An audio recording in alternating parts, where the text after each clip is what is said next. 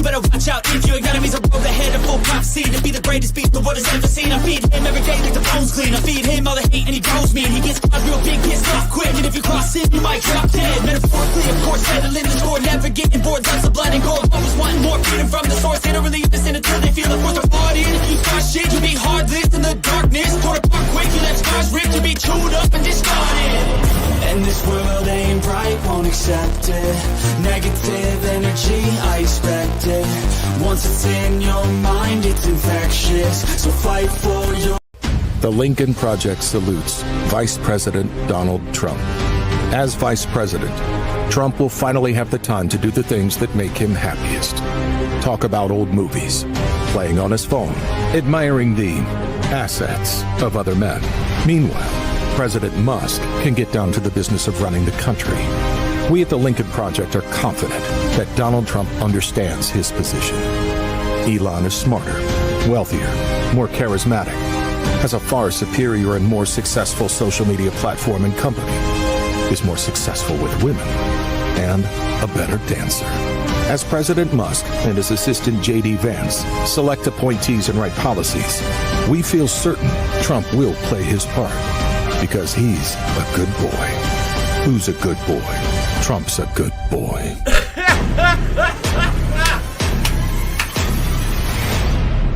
Yo, Lincoln Project hits every single time. What's up, everybody? Welcome back to our Sunday episode. Let me move my camera a little bit. Sunday episode of the Voice of Reason podcast. I'm Jeremy. That's Mike. We got a very special show lined up for you today. So today we're going to talk about a couple different things. One, we're going to talk about what the word privatization means to the average American, because Donald Trump, President Musk and Vice President Trump have been talking about privatizing literally everything from Medicare to the goddamn post office. So that we're going to explain exactly why this is a bad thing and why some of the founding fathers never wanted privatization within the government. Guess what? They knew that it was a bad idea and addressed it. Yes. And then we're going to talk about Trump's recent statements regarding wanting to go after influencers, independent media, not necessarily us, but people like us. He wants to sue them for defamation, not for lying about him, but for saying mean things. And if we know anything about Donald Trump, the lawsuit could be complete bullshit. But Mike and I Mike says it a lot, that he just wants to bully you in court to waste your money. He doesn't care if he wins or loses. That's the whole point. Just bringing the lawsuit itself is just it's a performative display. Yeah, there was a time we used to all want tort reform in this country, and then everyone stopped talking about that. And it's probably because no one knew what the word tort meant, but it's time. Maybe we got to do that as one of our words to understand. Exactly. Definitely, because this is getting out of hand. But we have an actual influencer with us today. Not just me and Mike, somebody who has quite a large following on all platforms. It does a lot of friend of the show. He's been on here a couple. This is actually, I don't know if this is the second or third time. Anyway, it doesn't matter. What's up? We got Coach D Speaks back in the house. What's going on, Coach? Everyone is disappointed now because they were really waiting for an actual influencer to get on. Come on. Yeah, we're like, oh my God, who does he have? You know, well, maybe. I'll tell you guys. Go ahead. Go ahead. No, go ahead. I was just going to say maybe we have a different bar to set. Yeah. So when my daughter was playing basketball, her coach says to me one day, hey, you mind talking to the team? You know, you played college sports and you were an All-American, blah, blah, blah, right? I had a pretty good track career, post-collegiate, all that, right? So the coach goes up and she's like telling the kids, hey, you know, we have this special athlete. He's going to talk to the team and everything. And so my daughter tells me later, she's like, man, Dad, when they introduced you, I thought they were talking about like Steph Curry or someone. Your own daughter was like, what are they talking about? You're supposed to be on my team. What are you doing? Oh, that's she was great. So disappointed. So, yeah. So hopefully your audience is okay with me being called. We haven't talked to you since before the election. So I do wanted to get what was your reaction when you found out that Donald Trump had won? It's so crazy because in 2016, I absolutely was just like, it was so surreal. It was like, we just elected Donald Trump. Like, that's what I thought the whole time. This next time, I had honestly prepared myself for the worst so much that when it happened, I literally I didn't sit at home and watch, election returns and all that. I just was like, let's go out and have dinner with my wife. I don't want to see it all and everything. Mm-hmm. It was kind of the same thing. It was like, my goodness, like I feel like the country was way more informed on the horrible person he was. Right. But, oh my God, we did it again. Yes, And that's just so every day leading up to January 20th, I'm going to literally wake up and go, damn, we really did that. We really did that shit again. Like, we elected Donald freaking Trump. I can't believe it with all the things we know. It's interesting because, you hit the nail right on the head. We like to think that the population was more informed. We like to think that after not only 4 years of Trump, but then 4 years without Trump, enough people saw the contrast. And with the increased insanity coming out of Trump, and it was undeniable, the guy is at this point leaking out of his own head. And at the campaign, he was barely making any sense. The stuff that was happening and coming out, and it wasn't enough. No. And now we're left with almost the beginnings of another fracture in the Democratic Party with the progressives of who to blame. Was it Kamala? Was she not progressive enough? Should we paid attention to Palestine and Gaza? Should we have supported this? And I think we're letting the message get obscured again. And we just have to almost refocus on the core message, which is we have to stand up and fight fascism in every form. And I don't know what we do to convince enough people moving forward for the next elections, but I like to think that what's going to come out of the Republicans that we're already seeing, is that going to be enough? Is there ever enough crap coming from the Republicans and Trump to convince voters to move on? Or is it solely in the hands of progressives? So I 100% agree with you. I think, like I've said in many of my videos, if we're going to lose elections because I'm going to stick to my morals and my standards, then we're just going to lose elections that way. Yep. I think where we're losing, honestly, is and it's not a losing thing because I don't feel like we're losing. I feel like they're just propagandizing it so much. But I think it's the religious thing. I think they've that voting base is just like, you know what? I don't like trans people. Yep. I don't like gay people. Yep. And I'm like, and so they went big time on the, we're going to get, men out of women's locker rooms. And like, I've been a college coach for 25 years. Yeah. Like I've been a college coach for 20 years and a coach for 25 years now. That is not an issue. No, it isn't. It's not a thing. One of the numbers I saw recently, and I'm gonna round them because I don't know the exact ones, where there's like 510,000 women collegiate athletes in this country, and there's 10 trans athletes. Yeah, that's it. 10. All this is the modern version, in my opinion, and it's a loose analogy, but I think it works. It's satanic panic all over again. Mm-hmm. Because now everyone loves Harry Potter, so the old satanic panic from the 80s and 90s doesn't play anymore. Now they got to dive even deeper into these social divisions of sin and not sin and our book and you're evil. Mm-hmm. And is that all it is? Because how do we break that? What do? We can't educate people. I think they're enough. So far gone, to be honest with you, with the whole trans thing. Like Nancy Mace is a good example.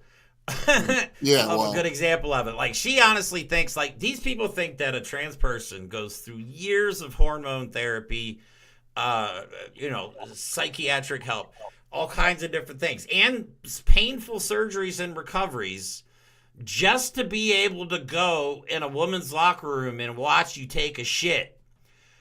What the fuck are we even talking about here? But if you think about it, you're not worried about the people, like the actual men who are being accused and have been convicted of actual sexual assault. They're not worried about them. They're worried about the one or two trans people that might be in the building sneaking into the bathroom. Because they overinflate risk. They make up the risk, then they overinflate the risk, and then they blame everyone for not taking the risk seriously. They just make up problems to scare their base, which don't actually understand that there's not anyone doing these things. But it's stupid. I don't know. I had so many conversations / arguments with people, and I need to write all these things down because I forget them sometimes. But about kitty litter in classrooms, like that's not a thing, bro. It is not a thing. My wife is a 5th grade teacher. I teach. It's not happening. And I've had to, what about this? It's not true. It's not true. I think we know that a lot of that is kids coming home saying completely innocuous things and shitty parents going, what? I know what that means. I read that on Facebook. And then they're continuing to perpetuate their own assumptions instead of actually knowing what's going on. If we've proved anything on this show is that MAGA is full of idiots that will believe anything. Like Donald Trump saying that your kid goes to school and then 2 days later comes home a different gender. First of all, you didn't notice your kid was missing for a couple days? And then apparently, like schools that don't even have funding for schools, their supplies, teachers have to buy their own supplies. Somehow they have transgender surgeries happening on school kids. It's the dumbest thing ever, but... These are the things I'm talking about. Like the fact that he said that so many times and that wasn't disqualifying for people, that they weren't like, I don't know how many, like I would post this on Facebook and someone would say, like a more logical, smarter person that I knew who was a conservative would say something like, well, maybe that's not happening, but kids are being able to say that they're he, she. No, listen, there's a huge difference between people having surgeries at schools and a teacher acknowledging a kid who is saying, I want to identify as whatever. There's a huge difference. If Donald Trump was saying things like, I just don't like the idea of teachers allowing kids to identify as something and then not telling their parents, that's a conversation I'm willing to have. But when you say kids are going to school, getting basically taken in and having surgery, and comes back a couple days later and their parents are like, oh my God, Johnny is now like that, and then also the other thing. I'm sorry, but I don't want to forget this too. The fact that he also said that Haitians were eating cats and dogs, like those things happened in front of our face. We saw and heard those things, and 70 million people went to the polls and said, "I'm still voting for that shit." I think that's because we on the left have to accept that you cannot rely on any fundamental intelligence, logic, critical thinking ability, because when you look at it, we don't teach those things anymore in schools in general because we have to get through to those standardized tests and whatever. But also when you continuously have parents that sometimes literally, sometimes not, beat that type of mentality out of their children, you now have another generation of people who have lost the ability or never gained it to think critically. Mm-hmm. They will believe anything that fits their narrative. And just like the grooming thing, we know who the real groomers are, the people preaching hate and distrust and misinformation. Because if you didn't have those tools and you didn't apply it in a grooming method, none of those people would grow up to think those things, right? You put a black baby and a white baby right next to each other, they don't know the difference. You put an adult who was taught that gay people are bad next to a gay kid, and they're going to look at that kid as if they're going to jump on him like a vampire. Like, it's not logic. No. And I just want to add something real quick, because I'm glad you brought up the cats and dogs thing, because apparently this is the guy. I almost used this for the TikTok episode, and I'm actually glad I saved it now. This is the guy, one of Trump's top advisors, recently at an event where they were all shit-faced, and he got up on stage and gave this riveting speech. So let's check this out real quick. Oh, you know what? Actually, let me load it a different way. Let me load it the other way. So this is Sebastian Gorka? No, this is not. Nope, not Sebastian Gorka. Oh, because I forget this guy's name. Here we go. All right, here we go. I'm forgetting my words. But Sham impeachment. This is not a medical episode, folks. He is hammered. Shit face. So I didn't know that. So it's come out that he was just drunk. They were all drunk. They were all fucking hammered, is what it was. Every person in there was just. I saw a video of Matt Gaetz leaving that thing, and some guy was like, It was like the young. It was the young Republican something, Yep. and he said the guy was like, "Hey, he goes, how was it in there? Were the people young or something like that?" It was just Oh, Matt Gates walking out of a yeah. It was but I mean, it's you're right. There's just it's all about pointing hate, making people hate. It's just propaganda and hate that comes from them, and I just so I guess back to my original point is that my goal the whole time on my page was always to let Democrats know, let progressives know that we outnumber them, that we just need to get to the polls, right? yep. And I mean, listen, I know we weren't going to talk about this, but I am not, and I'm not sure if I've seen you guys talk about this or if Jeremy's brought it up, but I made a video about it. It just seems weird to me that so many people just didn't show up and vote. When we were told, we saw lines before, right? All these people that were entering the voting. Jeremy probably has something to say. Go ahead. No, I'm saying they're telling us not to believe our own eyes. Yes. We saw Trump's rallies at the end. They were fucking empty. People were leaving as soon as the Venmo payments hit. You know what I mean? And they were paying people to go to Trump rallies. That is a fact. And then we saw Kamala Harris's rallies, 35, 50,000 people, full stadiums. Well, I find funny how they would have. And you mean to tell me Donald Trump went to Michigan, went to Detroit, called Detroit a shithole in fucking Detroit. And you mean to tell me that Michigan voted for? Come on, man. I mean, well, what I love is, I'm sorry, and I do want to wrap this into what some of our topics are, because I think there's a broader implication here. But we actually saw Kamala Harris in one stadium have 30,000 people, and Tim Walz in another stadium in another state have 30,000 people. Like, the support was there. But like you said, did everyone that could vote, did they actually show up? And the answer is obviously not. And I guess we have to figure out why. Was it the Palestine issue, like I'd said earlier? Was it because they didn't think Kamala was progressive enough? Was it still Bernie bros? I don't know. But the only thing I could think of that I could stick to is we have to continue to educate people. We have to continue to show the people willing to learn that there is an existential threat presented from Donald Trump and the Republicans that does not exist in the progressive movement. And if you want to stop the things that will truly destroy our country, okay, we have to refocus on, as much as I care about what's going on outside of this country, sometimes we have to focus on what's going at home. And that focuses on what Donald Trump and the Republicans are going to do to our institutions that make us a democracy, that make us a government by the people, for the people. And a lot of that has to do with privatization.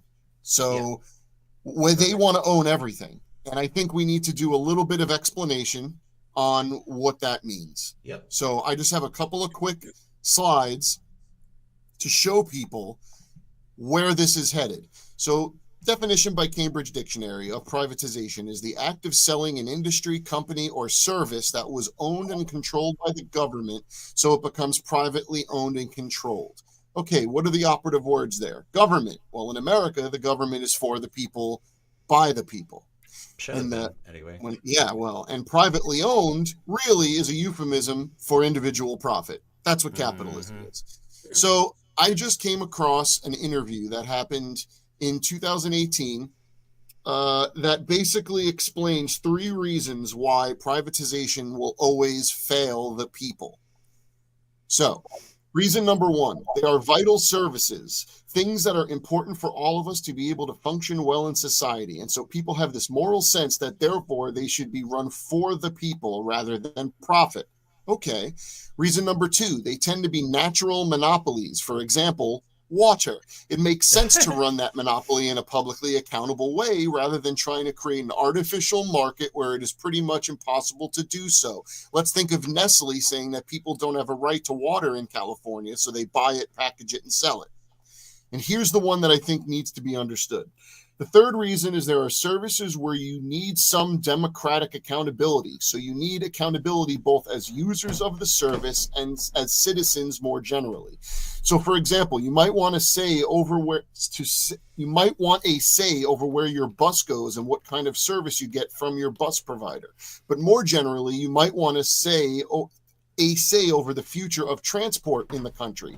And if you leave all of those choices, big and small, up to private corporations, which are motivated by profit, it's very difficult for the public to have a democratic voice and a democratic say over their services and the future of their services. So what does that actually mean after all those words are out of my mouth? Republicans, forget Donald Trump, Republicans have always, and now are closer than ever, they've wanted to own everything that this country is supposed to provide its citizens through taxes. What people don't understand about taxes is when it's voted on and done for the people, by the people, as long as there's oversight and it's not abused, taxes are meant to be given back to the people as services so that your life is easier, better. You have the right to pursue happiness and all those other things. So, for example, if a private company owns all of the water, well, they're going to do whatever they can to make more profit over that water. They can cut corners. They could choose, well, it's not as profitable since Detroit only has, let's just say, 10,000 people. I'm going to make sure I market my water to the place that has 100,000 people. Yeah. Or what about sewer systems and everything? If you start privatizing everything, you have whole tracts of land of places that don't get services because it's not profitable, whatever. Perfect example in America, and this has been brought to light lately, of what privatization does is healthcare, the healthcare system with the United Healthcare CEO. Yep. Our healthcare system is absolutely broken, and I read Luigi Mangione's, I don't want to call it a manifesto. It was like 3 pages long, but in it he points out, and I'm not glorifying him in any way possible, but he does make a good point, that America has the #1 most expensive healthcare system in the world, but we're 42nd in life expectancy. So why are we paying so much money if we're not the #1 in a life expectancy? Well, I think it's important to know that we don't have a healthcare system. I mean, if you have a healthcare system, that's in place to be able to provide healthcare. We don't have a system because if you don't have a job, you don't have healthcare. Well, unless you use the Affordable Care Act, which the MAGA wants to get rid of because they don't know the difference between the same bill with 2 different names. Yeah, Coach, it's Obamacare. Coach, you see and speak to a lot of families and in your athletics, right? Mm-hmm. So how important is healthcare to this country? What do you see from people who are just trying to get education? Is healthcare a barrier to some people? Is there something that we need in place to provide a standard so that everyone can achieve and succeed? Absolutely. It's so funny to me that we live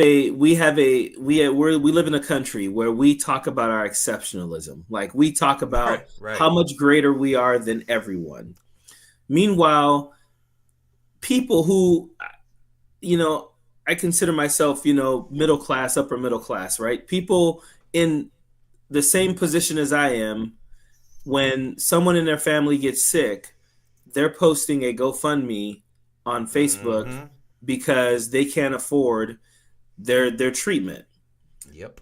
But these people, and this is where Republicans drive me crazy, because I know a lot of teachers, I know a lot of people who work in the public sector who don't realize, like, you're voting against your job going away, right? You're voting against your healthcare going away. You're voting against your pension being, just stripped down, right? It drives me crazy when I see people who are 100% who would call you a socialist if you said anything about single payer healthcare or the government, having a better safety net for people. When those people post GoFundMes, I'm like, you're literally tripping and falling into the goddamn point here. Like, you are asking all of us to help you pay for it, when what we're saying is we don't mind doing that with our tax dollars that are already being taken. You know what's really funny about that exact point? In a GoFundMe, let's say, I'm terrible at math, but you'll understand my point. In a GoFundMe, let's say you get 1,000 people to donate $100. Great. But in a universal healthcare system, you would have 350 million people paying pennies. Yeah, and right. again, someone in the comments made a great point, and I'll bring it up again. The focus is on profit and not on preventative care. It's horrible that every human being doesn't have access to healthcare, right? I'm gonna dip into another topic, but just for sake of argument, it's not the guns, it's the mental health, right? Well, then, okay, either give us mental health care as a private thing, or if you had universal health care, everyone could benefit from mental health care. But more specifically, if you go to the physical health aspect of it, we're all sick and dying from a million different things, and there is not one thing that is established to help any of us. There is only third-party groups that you pay to tell them I need help, and then they go, we're not going to help you. That's not a system. That's not a system.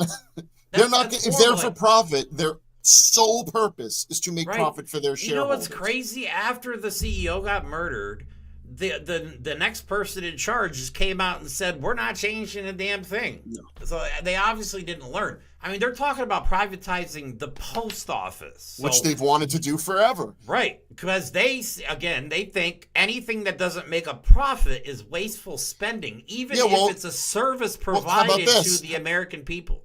People don't understand the levels. There's like the high up levels of what, quote, socialism would look like, or what universal health care. But let's think about what privatization is down to the everyday level. Who do you want to pay for your roads? You do.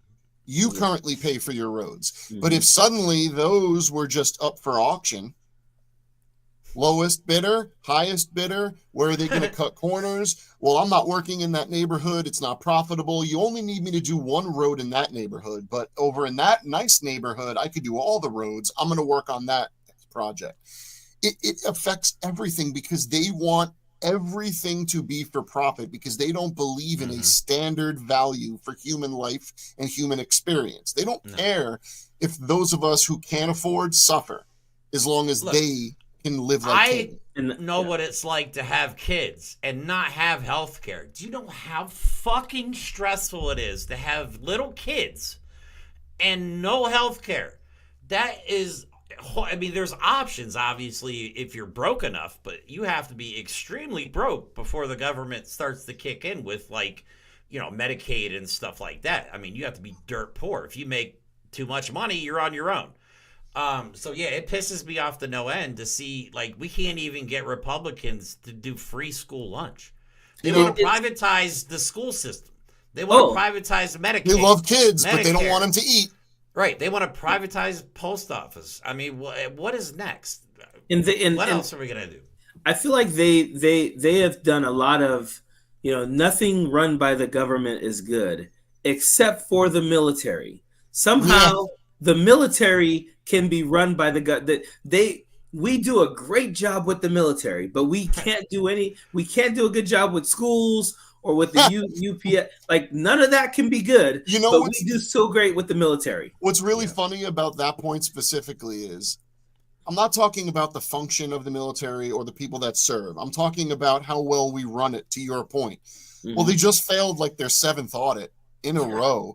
We don't actually run the military well. We just put so much money into it that we're basically just bloated with function. And we have a lot of people and a lot of weapons and a lot of bombs. But most of the money that goes into the military goes into research and development on projects that never, ever see the light of day. That is true. You can look that up. We waste more money on the military. Under Donald Trump, I think we were upwards of like $1 trillion a year on military spending. But we can't get free school lunch because that's socialism. Look, the socialism bad. Military good. Go ahead. Because we are protecting ourselves from something that's never going to happen. I don't understand. It's so easy for Republicans to get their people excited. They just say, we're going to have the strongest military, because we are full of a bunch of people who think that the boogeyman is always coming. We got people worried about the zombie apocalypse and the drones in the air, UFOs and all the, you know, like, everybody's worried about everything. So when you tell a Republican, I'm going to pump a bunch of money into the military and I'm going to keep boys out of girls, that's it. It's sad, but they've made shit so simple. It's easy to just get them excited off simple shit. You're right. And it's like, And just saying and Democrats need to be better at articulating though, because I Yes. did think that the Democrats made the mistake of allowing the Republicans to control the conversation about trans issues without ever addressing anything or saying anything about it. And I thought that was a bad idea, but I think they do the same thing with the military. I feel like a Democrat could come out and say, here's what we spend, like show the numbers. We spend this amount of trillion on the military. I'm telling you right now, I could cut that down to 1 trillion. Most people won't know it's changed anything. We will still kick anyone's ass if they try to fuck with us. You know, like, you know, that's funny that you say that, because I'm going to be a little facetious here, but you'll get my point. It's almost like the Department of Elon Musk and Vivek Ramaswamy, if they were to do a real job, maybe they'd look at the military and realize that there's probably wasteful spending that is not an added value benefit that could probably be better used somewhere else to help Americans who are paying their taxes. They already have that money, so let's put it to something useful. All I gotta say is the man they got trying to cut welfare and food stamps and veterans benefits is literally America's largest welfare recipient. Also, Elon Musk gets more government subsidies than anybody else in this country. Also, just had another 700,000 recalls on his cars because they're the most dangerous vehicle on the road. And now he wants to get rid of reporting. He wants to get rid. I think something that's important and something that gets really screwed up in this country is our intentional break from history. We don't want to teach history, any history, because we don't think it has value. But I want to show something that blew my mind when I came across it recently. I've been doing some reading and on different subjects that have to do with the founding and the real history of this country. And to say that this country was founded on anything else but the pursuit of capitalism is a misunderstanding of really what went on. When you look at the founding of America, it was designed to protect those with capital. Okay? But if you listen to some of the words of the founding fathers and understand that there is a broader context that we could take from it now, I think people's minds will be blown a little bit by our second president, John Adams. Government is instituted for the common good, for the protection, safety, prosperity, and happiness of the people, and not for the profit, honor, or private interest of any one man, family, or class of men. Therefore, the people alone have an incontestable, unalienable, and indefeasible right to institute government and to reform, alter, or totally change the same when their protection, safety, prosperity, and happiness requirement. John Adams, the second president, a couple of 100 years ago, explicitly stated that the government for the people by the people should not and was never intended to be run for the private equitable benefit of a class of people, billionaires. Now, they couldn't conceive of anyone being a billionaire back then, but that's all we got now is billionaires running our government, President Musk. It's pretty obvious what at least John Adams imagined, maybe out of context with the people limited by who could benefit at the time. But if we look at it now, we realize what he was saying. Government is supposed to protect the people. You know, it's crazy. I wrote a book about this years ago about the whole, because this country had it wrong the whole time. Okay. Racism was invented to separate us. Okay. Long time ago, they saw a bunch of white, poor immigrants coming over and they realized, holy shit, there's a lot of them. If they got together with the people we've enslaved, they could easily overthrow us. So what do? They create racism and they make it about race versus race when it should have been about rich versus poor this entire time. Well, and I think it's funny you say that. I forget who wrote it. I apologize, but I'm reading the book Caste right now. I just started it.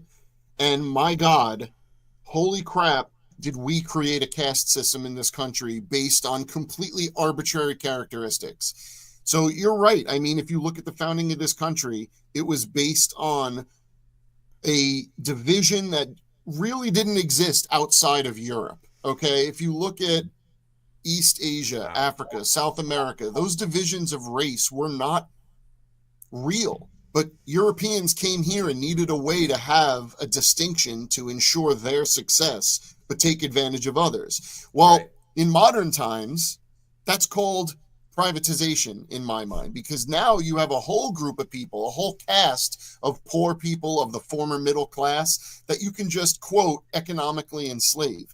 So if you're now taking away people's right to have health care, if you're taking away people's right to succeed, to prosper, to basically have businesses, work hard, and get out of poverty, what is our government for and who's running it? Coach? Yeah. It's a good point, because I think I think they want to make us feel like the government is inept. Because if you feel like the government is inept, you're more likely to turn things over. I mean, you got to think, you have so many people who are arguing on behalf of Elon Musk right now. I see so many right-wing people saying, when I voted for Donald Trump, I voted for Elon Musk. So you Democrats who are saying we didn't vote for, you're saying, and this is crazy too, because we seem to feel like because this guy's a billionaire, he's the smartest guy in the world, and we should yield our decisions to him because he's a billionaire, so he's smarter than us. And this is what I'm hearing from people on the right. Like, yeah, these guys are smart. They've built billions of dollars. They should run this country like a business. When has a business ever given a damn about its workers, really? Like, I'm not talking about like middle management. I'm talking about the people who own the business. When have they ever given a damn? So when you take billionaires and say, let them run the country, the people I'm hearing say this, I swear they're going to be the first who are going to be the most affected by it, because they have nothing right now. You know what? I laugh every time I started working for Amazon delivering packages. Don't do it. It's fucking horror. It's hard work. It's extremely ridiculous. But I gotta laugh. I get a kick out of it every single time I go to deliver to a trailer park, and I see Trump flags and fuck Joe Biden and all this stuff, and I'm like, yo, look, are so clueless. This comes from our complete, and it's been done to us. Let's face it, but we've all bought into it. We have defined what success is, not based on morality, but based on an arbitrary value-added currency. A monetary value. That if I have more of these little things than you, I must be better at everything. But there's not many people that have reached the billionaire status that have done it on their own work. I hate to bring this up because a lot of people are going to drop off the video if I say it, but you look at a Taylor Swift.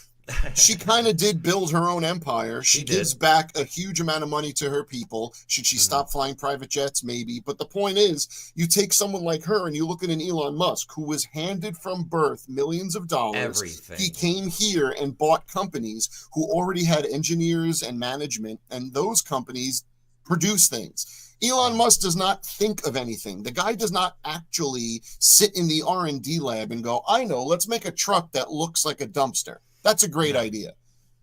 No, a billionaire does not mean you succeeded in anything other than taking people's money and abusing their life. Donald Trump, if you do, I forget, there's a website you can look up, like based on inflation or the cost of money, how much something. Donald Trump should be worth $1 trillion by now, because he started his career with 413 million. Yeah, and just based on the value of money going up over the years, he should technically be a trillionaire by now.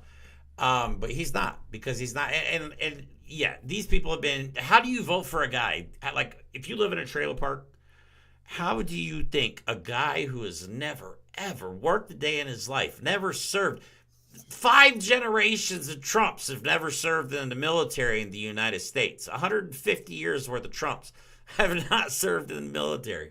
How do you think that guy cares about you? Like, how? Yeah, even worse. Not only do they not care about you, they mock you. They make fun of you. This is a problem this is an issue.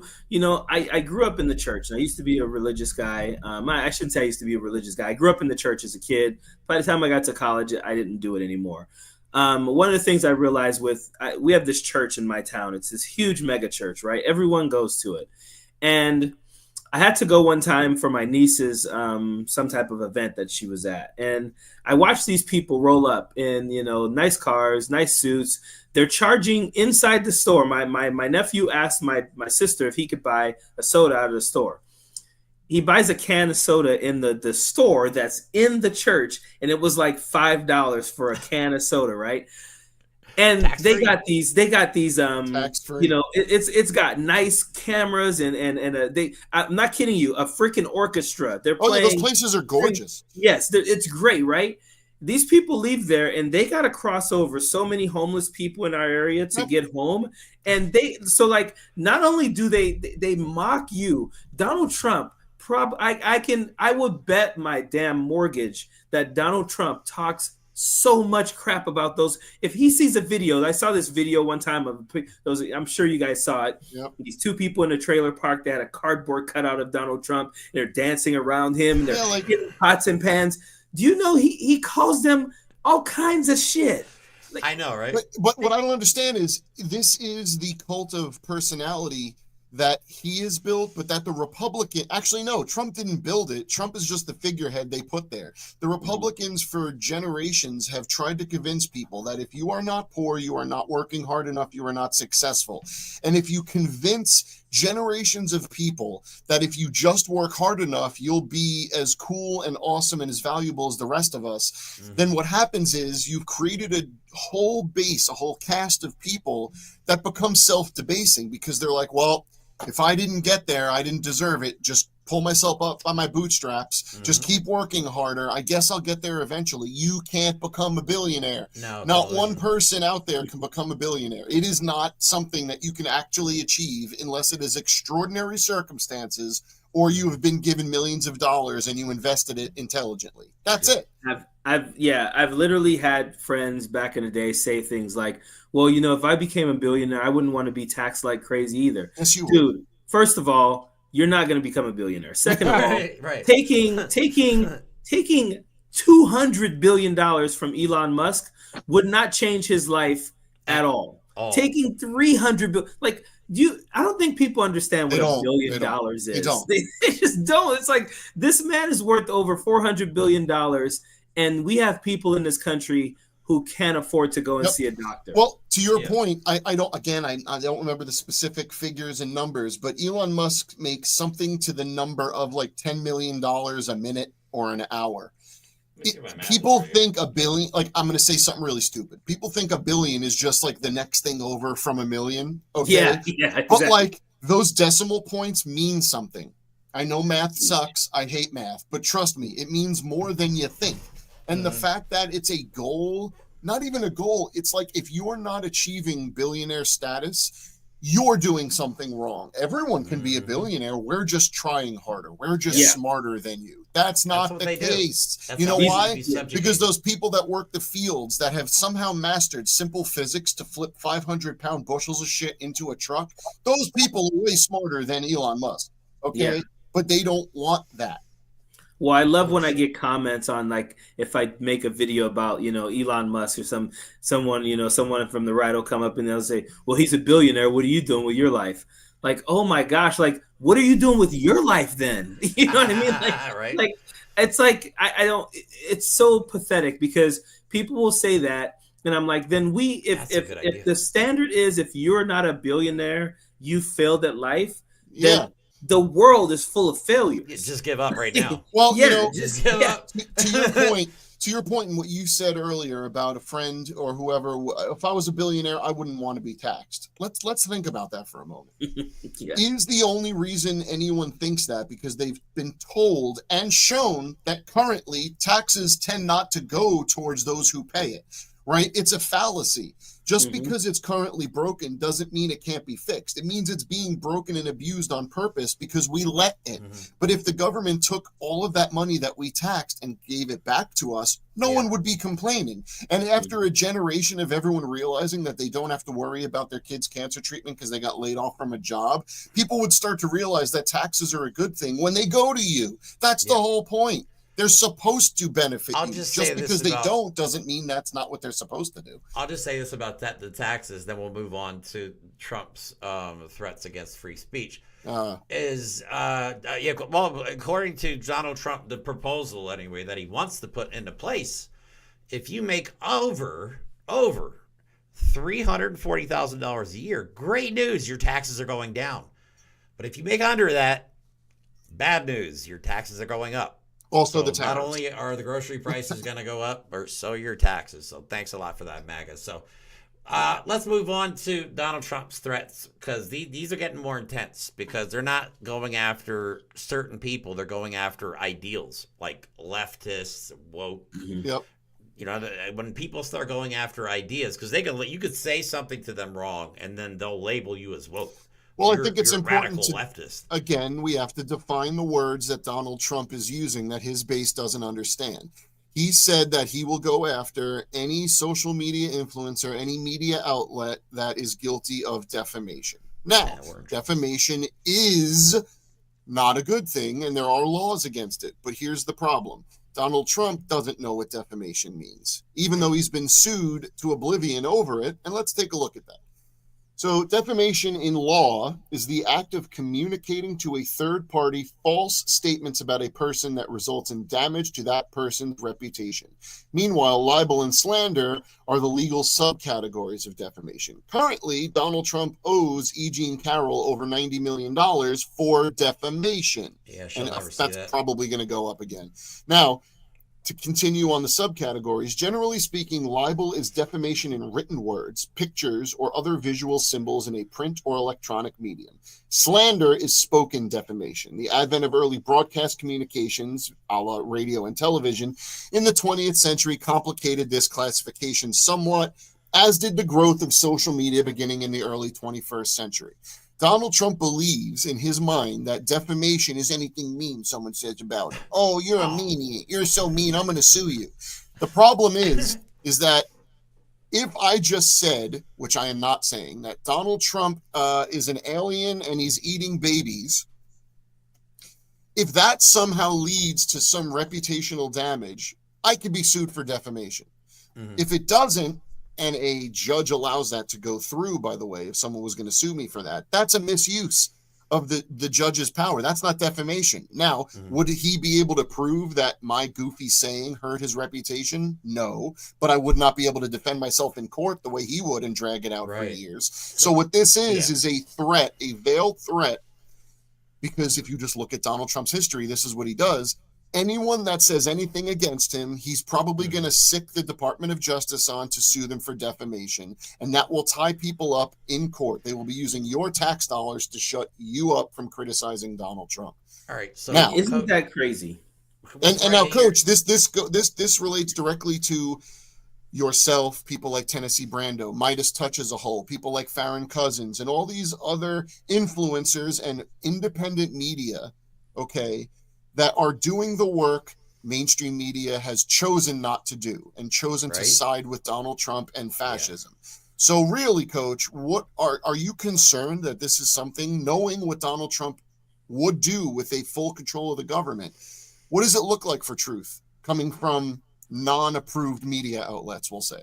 So myself, I was thinking about this because Brando and I talked about it, and I was like, man, I would think I'm pretty far down the line of like people that are going to be, but at the same time, I'm on the Midas Touch Network, and I remember the Midas Touch Network reported that Donald Trump had named them in one of his lawsuits, saying that they, had defamed him or whatever. So, but you know what? I just I don't live a life where I worry. It's kind of scary. My wife doesn't like this, but I'm just a very chill, like I'm gonna make my videos, I'm gonna do what I'm gonna do, I'm not gonna worry about it.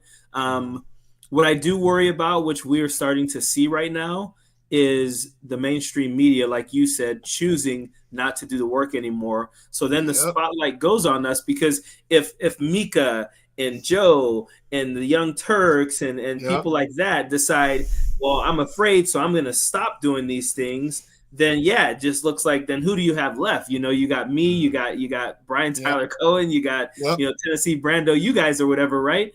But I'll be damn. I'm sorry. I'll just straight up. I'll be damned if I change. We feel I'm gonna say what the hell I think is true, what I think is important, and period.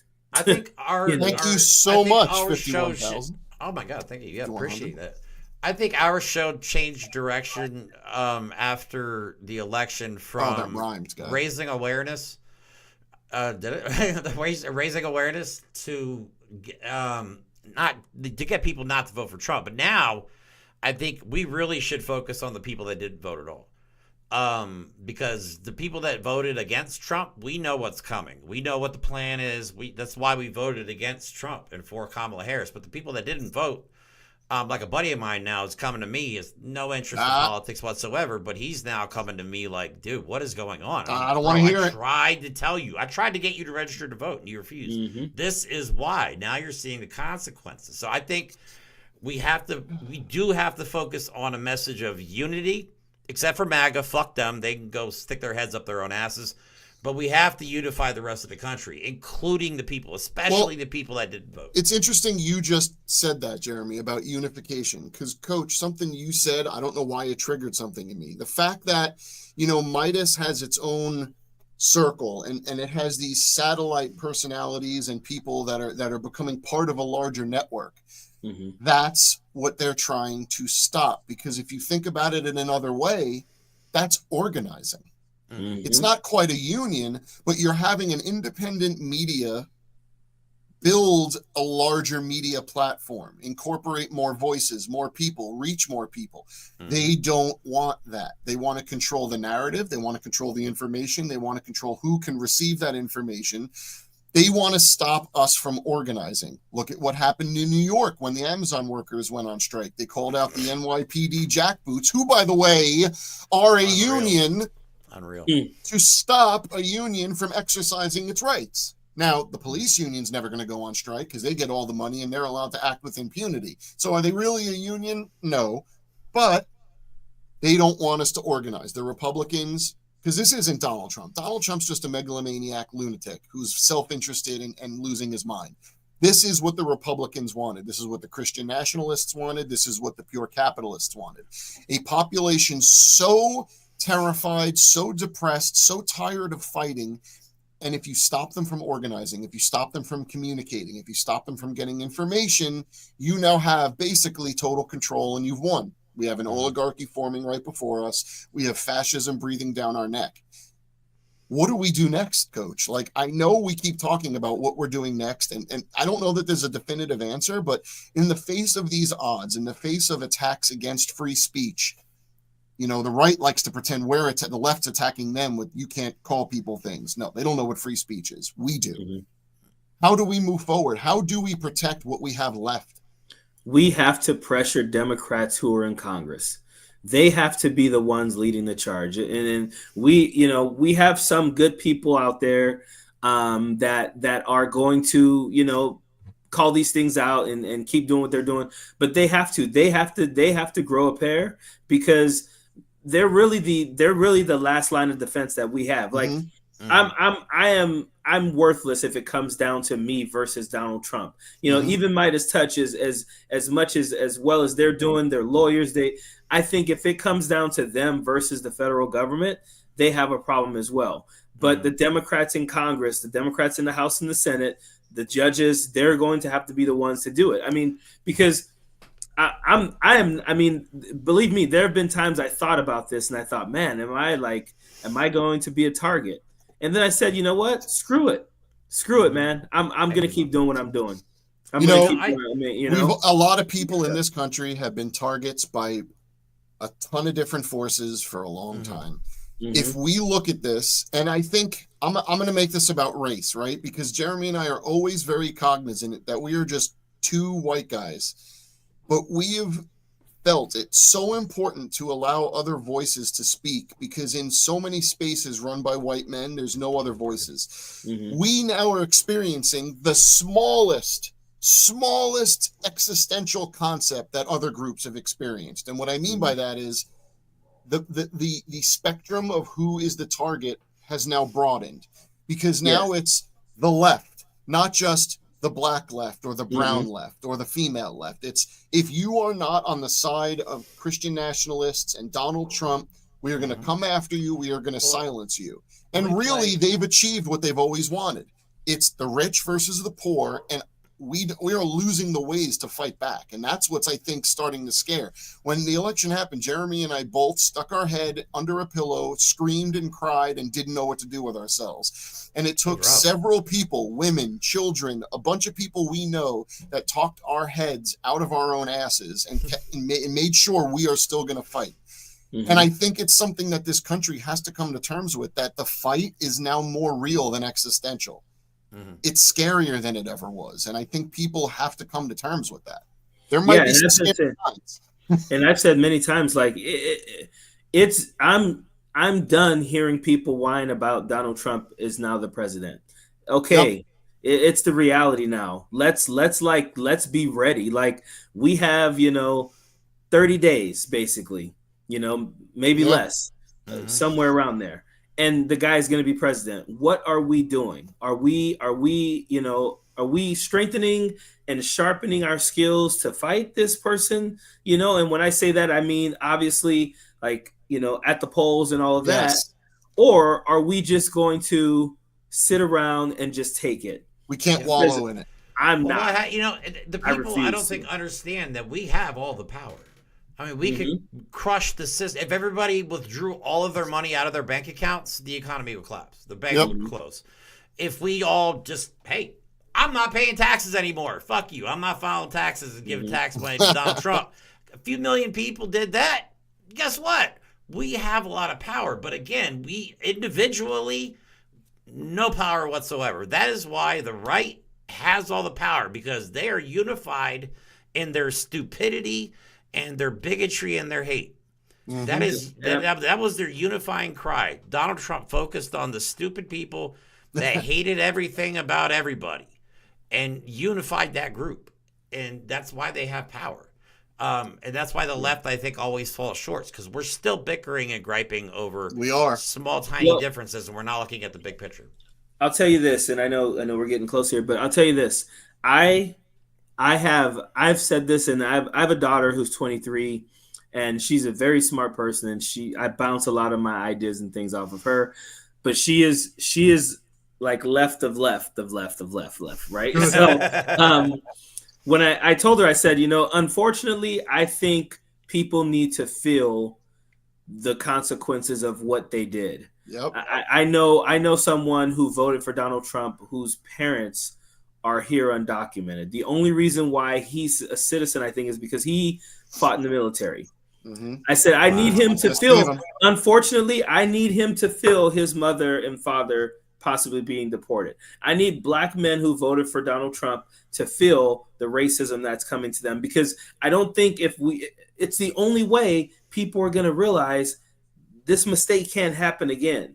Like, you gave this man the House, the Senate, the Supreme Court. I don't know how many times I said to people, if nothing else, this has to be about the Supreme Court for you. It has to be about the Supreme Court. And people didn't care about that. So unfortunately, I feel like some people need to feel this in order for us to right this wrong. To your point, elections have consequences. A lot of people, including the three of us here, did whatever we could with our platforms, as meager or as great as they might be, to warn people.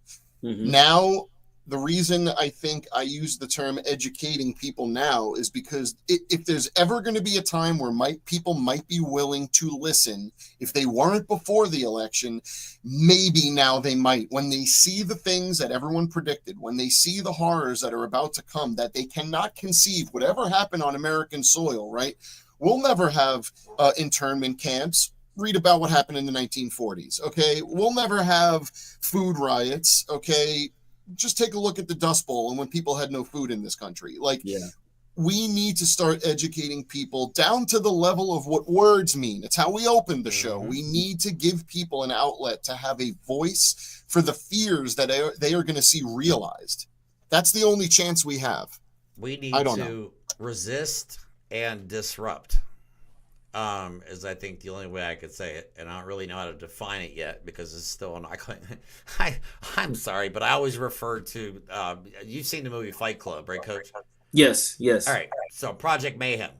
I always refer to it just because I think it's funny and it drives people nuts. But Project Mayhem in Fight Club, and I'm not talking about extreme as this, obviously. This is just a visual representation, but it was about disruption. It was about the common man against the corporate billionaires and the rich people that run our lives. That's what it was about. We have to resist. We have to disrupt. We have to separate these people from the only thing they hold dear in this world, and that is their fucking You know what's money. scary is how easy it is, right? Someone just said here that boycotting has huge influence, and it does, but people think they don't have power. Well, if we've come to believe that money is the most powerful thing we have, and all the billionaires are so perfect and rich and brilliant because they're billionaires and so smart, then we do have power because they need our money. If we all stop buying stuff, they don't make money. Yeah, they're going to extract our salaries, extract our wages, benefit from tax breaks. But if we don't buy anything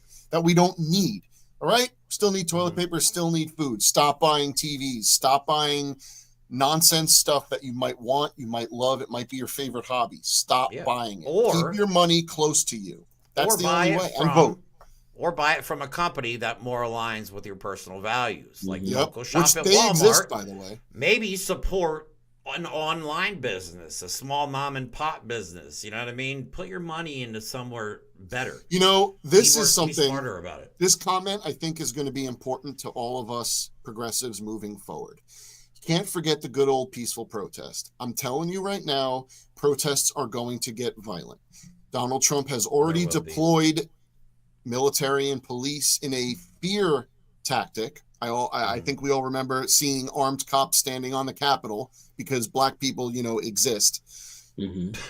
We're going to have a point where people are going to be peaceful protesting, and Donald Trump will authorize the National Guard, the military, cops, whoever, to physically attack us. They will do it.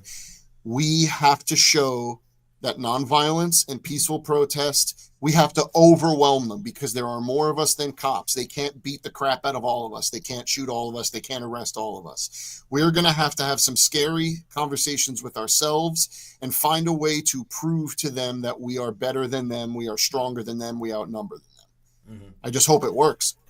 All right, Coach, last thing before we get out of here. You got anything coming up that you want to go over with anybody? Any special shows you got coming up or anything?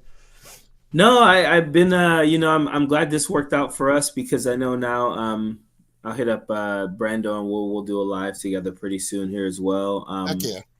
I'm just putting out content, man. That's what I'm doing right now. I'm gonna keep my foot on the gas, man. I'm gonna keep my foot. It's funny. There's no. Do you find that a lot of people are? I don't want to say this too harshly, but paring back their long-term plans and just kind of gearing up for the grind, the fight, doing what you can do. Like you said, just put out your videos, speak your truth, and hopefully we can get through this. Yeah. I'm gonna keep on. Oh, thank you so much for listening. Yeah, I will definitely 100% keep doing what I'm doing. I think people are that way, but at the end of the day too, man, I got a beautiful wife and two beautiful daughters that are doing a lot of big things, and I'm not gonna allow myself to be down or anything. But hey, that could change, after January 20th, man. Maybe there'll be reason to be down, But I'm considering doing a little bit more on a larger level. I've considered, a little bit more politics and stuff like that. There's a couple of things I've been thinking about doing. So we'll see, man. My wife keeps telling me she's like, you have time for more things. Like I'm getting close to retirement age here pretty soon, man. So she's like, why don't you just, let's retire and just go live somewhere and not worry about this stuff, But I got to leave a good world for my daughters to live in, man. So exactly. But yeah, I agree with the one comment. We should be peacefully protesting now, not after Donald Trump gets in, because those are going to be violent protests. Like Mike said, it's right now he can't touch us. We should all, I mean, there should be 1 million of us on the streets of Washington, D.C. right now, but nobody organizes I don't even know how you would organize something like that. Like, we have like 3,300 or 3,500 or 3,100 subscribers, you know what I mean? Like, we should all be on the streets right now. We should. That's something.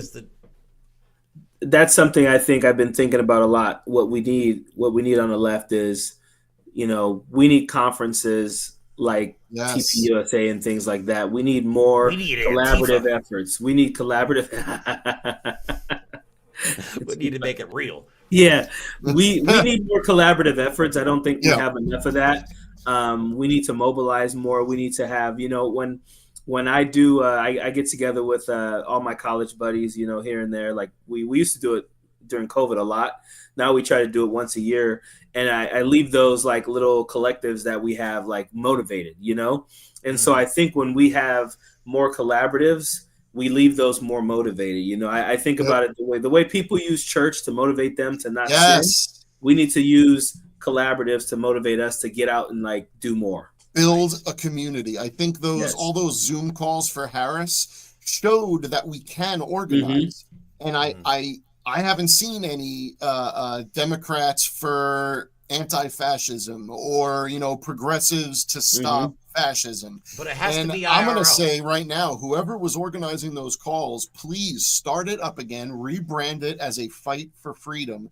And all of us will do whatever we can to participate, to spread the message, but we need to build a community. If I knew there was a protest going to be happening in Washington, D.C. to protest what's going on, I would be there. I would take off work. I don't give a shit. I don't have any money or nothing. I would just have enough gas. I would sleep in my car. I would literally go to that.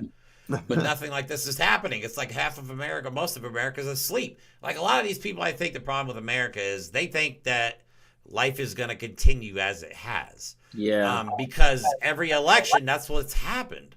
But this is very, very different, and I think people need to come to terms with it. So, yeah, it's going to be a long one. But, Coach, thanks for coming on, man.